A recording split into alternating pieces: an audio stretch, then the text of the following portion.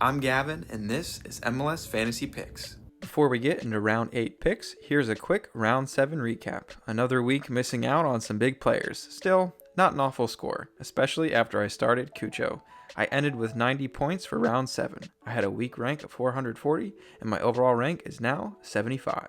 My budget increased from 128.7 million to 133.1 million.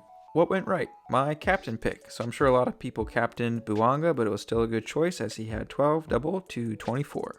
Also, I was pleased with my gold pick off the bench in that Berkey Keeperoo, and Roldan also had some huge points. And my midfield was decent, the 7 from Lucho, 5 from Puig, and the 9 from Evander. Pretty happy with that. What went wrong?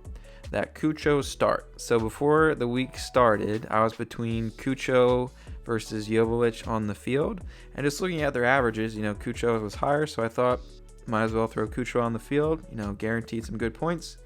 And then I was out bowling with my wife and got a text from a friend saying Cucho with the red. So not the best pick there. If I kept Cucho on the bench, I definitely wouldn't have brought in Atuesta or Cucho, so I probably would have put someone in on the field instead of Holiday or Brown.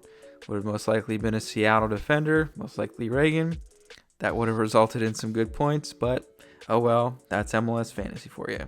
On to the next round. But before we get to the next round, let's take a look at our MLS Fantasy Picks leagues. Looking at the MLS Fantasy Picks Open League, I've got to give another shout out to the Avondale Mushroom Stamps with 123 points, as well as Chestnuts Rusnak on an Open Fire, beautiful name, with 122 points. And if you haven't yet, go check the Champions League table for this quarter, and you will see these two, Avondale Mustard Stamps and Rusnak, in the number 2 and 3 spots. So we've got some strong managers in the Open League, and if you haven't joined the Open League, be sure to join it. The link is in the description below. And looking at the head-to-head league, we've still got 10 undefeated teams. Well done to everyone in both leagues. All right, let's get into round 8. As always, before we get started, here's some key considerations for the round. So CONCACAF Champions Cup is still going on. So you've got Columbus, New England, and Miami playing games during this week before the MLS regular season.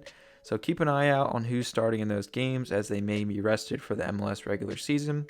By teams, we've just got Nashville on the bye this week, so look out for those players if you want to do some switcheroos, keeperoos, and auto-roos. And injuries, red cards, yellow cards. I'm not sure if we've hit any yellow card accumulation yet for players being out. Cucho's got that red, so he will not be playing. And keep an eye out for some injuries, from CONCACAF Champions Cup or this past week. All right, taking a look at keepers. Premium, I've got Kalina from Charlotte, who are at home against Toronto. Looking at all the matchups this week, I didn't really like a lot of chances for clean sheets, so you won't see too many keepers listed here. But I do like Charlotte. They've been strong this season. They're at home against a Toronto side who's missing some players. Up next, I've got Cornell and the Red Bull at home against Chicago. I'm not too sure about this clean sheet. Chicago are known to score at least a couple goals, but they do let in some goals as well. So I don't know. I'm not too sure about this one, but I think Cornell is a decent option. Then you've got Berkey. I like them with the later game. They're not guaranteed a clean sheet, though they did get one last week, and they are at home against Austin. He could be a good option to go to if you've got Kalina on the front end of a keeperoo. But yeah, I really didn't like too many keepers this week. I'm a big fan of the attack this week in fantasy, not so much in keepers and defense. Saying that, the budget option, I've got Martino. He's on a bye. If you're running your keeperoo, throw him in on the field if your keeper does well from the bench. And looking at defenders, premium, Mr. Brooks Lennon. Not a big surprise there. Atlanta are at home against Philly. And, Philly are looking better, but I still like Atlanta. Lennon's doing well. Even when they do get scored on, he's known to generate bonus points and attacking chances as well. And then, I had Cornell on the goalkeeper side. Maybe you look at a Red Bull defender if you like that, potential clean sheet chance against Chicago. And then I've also got Martins here from NYCFC. I think New England did get their win last week, but NYCFC are home against New England. I didn't watch too many of the games last week, but I'm still not convinced New England are a super strong squad this year, and Martins at least can generate some bonus points as a center back. I think the main guys I'm looking at, though, is that Malanda or Privet bench look at the early games with Charlotte against Toronto. So they're not too expensive, and I do like Charlotte's chances for a home sheet against Toronto. Bit of a stretch, but I also got Mascara from Portland at home against LAFC. So I'm not expecting Portland necessarily to get a clean sheet, but Mascara is one to go up and down the wings and also generate some chances. And then another flyer on the budget side is Marie from San Jose. San Jose are playing Colorado. Who knows if they'll get a clean sheet, but I think Marie is like a 4. If he starts, you're not going to lose any budget, and there's a chance of him doing well. All right, now that we've gotten keepers and defenders out of the way, I'm a bit more excited this week for midfielders and forwards. There were a lot of fun matchups. Not your normal guys you might be looking at this week, so I did have fun looking at our midfielders and forwards this week. So first one I've got is Evander at home against LAFC. Evander is a hard one not to put in your team. Portland are looking better. Evander's the chance creator. He's on penalty kicks, set pieces. I watched that game last week against Sporting. Quite a comeback. Even though they're against LAFC, I still like Evander. I also like Espinoza. Yes, the Quakes are a bit chaotic. It's hard to choose the right guy in the right week, but they are at home against Colorado. Espinoza, I think, had a great week last week, so why not continue with that? And then I've also got, Forsberg or Morgan from Red Bull at home against Chicago. Chicago are known to let in some goals. Red Bull are looking much different and much better this year, so I like those two as well.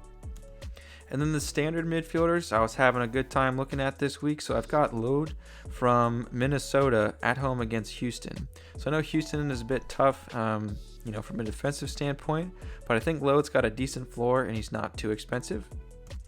And I've also got Santi from New York City FC at home against New England. So I'm not sure if NYCFC is, they're on the rise, but Santiago Rodriguez, he, I believe, is on their set pieces. He should be their PK guy. He's their creator. And yeah, I'm still not a huge fan of New England. I think they've got a good chance at home here. Bit of a flyer.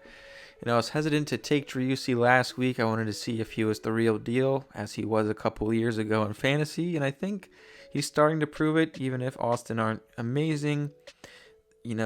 St. Louis, they're against St. Louis away, and they're not too strong, defensively. So maybe Driussi is a good look, even though they are away. And then Amin Bassi.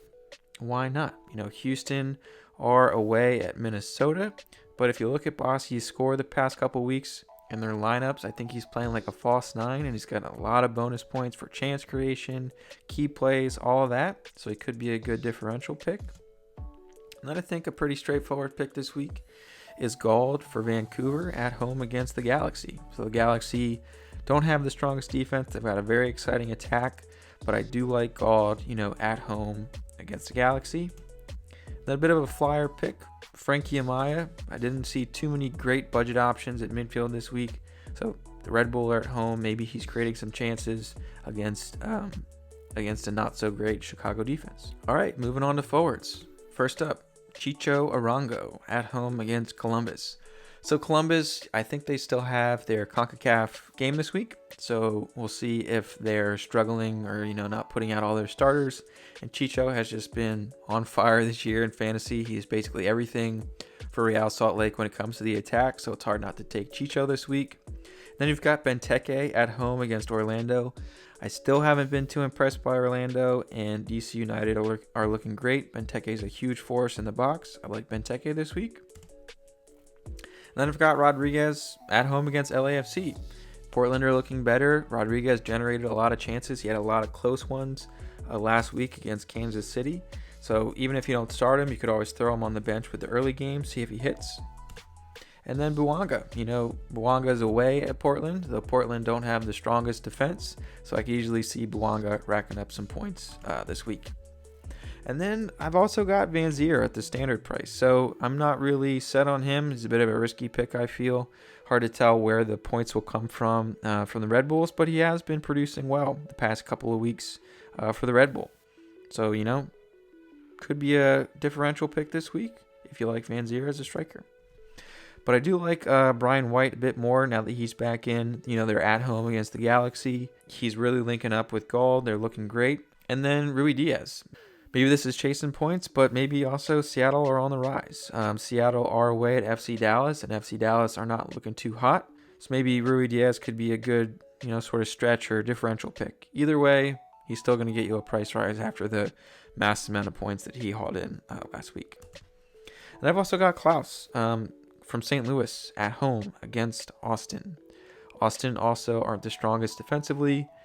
Seattle, St. Louis is doing a bit better. I think Klaus had some decent bonus points last week, even without a goal or assist, so it could be a good look. And then your budget picks. Aliu away at Minnesota.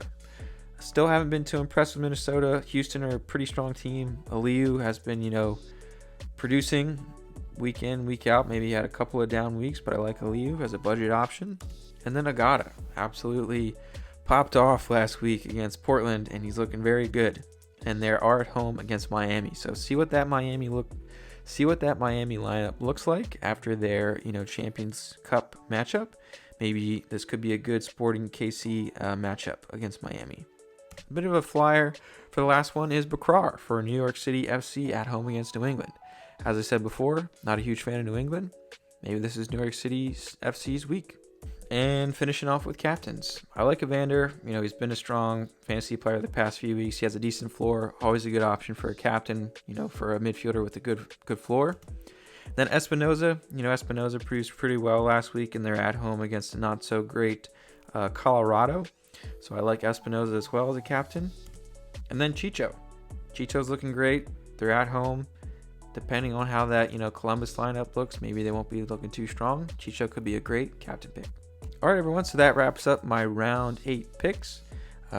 Leave us a like, leave us a comment, be sure to subscribe. I share these videos every week, and then I also usually share, my team reveal about a day before the game week starts. So, yeah, let me know who you're picking in the comments below.